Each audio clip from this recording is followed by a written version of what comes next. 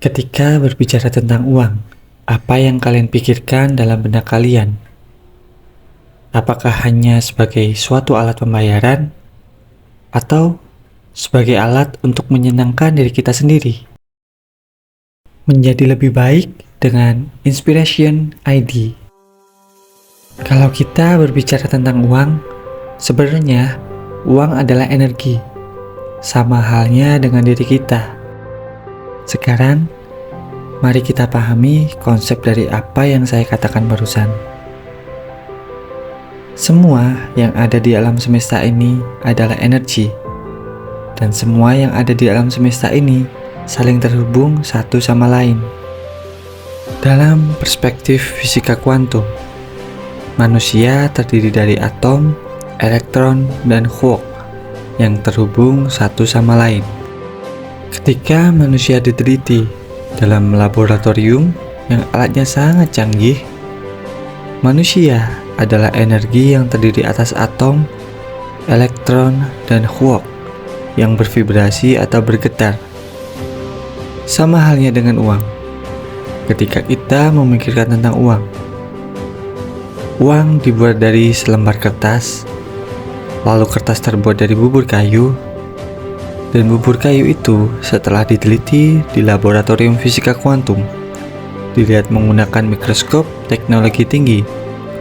Bubur kayu tersebut adalah energi atas sekelompok atom, elektron, dan quark yang bergetar atau bervibrasi. Maka, dapat disimpulkan bahwa manusia dan uang ternyata sama, terbuat dari partikel-partikel yang bersatu dan saling berkaitan. Perlu diketahui bahwa energi itu bersifat netral. Tinggal kita memberikan pandangan atau makna terhadap energi itu bagaimana. Bisa positif atau bisa juga negatif. Kebanyakan dari kita memberikan pandangan terhadap uang ini cuma sebagai alat pembayaran. Dengan kata lain, kita memaknai energi uang ini secara negatif selama bertahun-tahun. Ketika kita menggunakan uang, kita tidak berpikir bahwa uang itu adalah energi. Kita cuma menganggap bahwa uang itu benda atau alat saja. Ketika kita memaknai energi uang ini dengan negatif, maka hubungan kita dengan uang pasti tidak akan baik.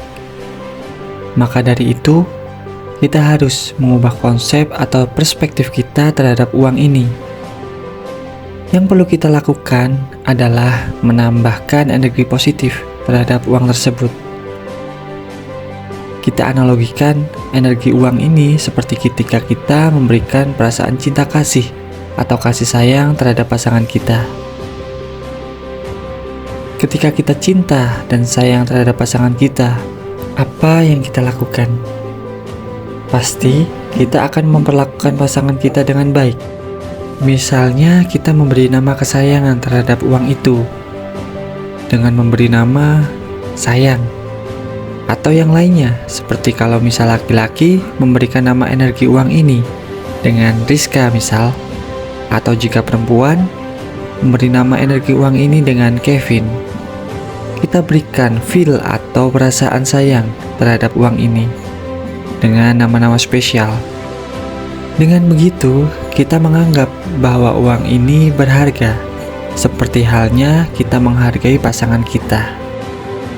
Ketika kita mempunyai uang, kita bisa tanamkan rasa cinta terhadap uang ini, seperti mengucapkan rasa syukur yang mendalam terhadap uang yang kita miliki. Contohnya, kita pegang uang tersebut, kita ucapkan dalam hati, "Terima kasih uang, karena kamu telah menjadi bagian dari hidupku. Aku sangat bahagia berkatmu. Aku bisa membeli barang yang aku inginkan, dan denganmu, aku bisa memberikan manfaat bagi orang-orang di sekitarku dan orang lain." Kita tanamkan rasa syukur terhadap uang ini saat kita menggunakannya. Contohnya, di saat kita berbelanja atau menggunakan uang ini, seperti sayang, terima kasih karena kamu telah menjadi bagian dari diriku. Aku izinkan dirimu untuk bersirkulasi. Berikan manfaat terhadap yang menerima dirimu. Terima kasih, I love you. Dengan begitu, kita tidak hanya menganggap uang ini sebagai alat tukar atau benda mati. Pandangan atau perspektif kita terhadap uang menjadi berubah. Dari yang tadinya negatif menjadi positif. Dengan begitu, uang akan merasa dihargai, diberikan cinta dan kasih sayang. Begitupun dengan diri kita. Kita akan menjadi positif karena kita akan selalu merasa bahagia, apalagi di saat kita berhubungan dengan uang tersebut. Jika kita memahami konsep ini, kita akan selaras terhadap energi uang ini.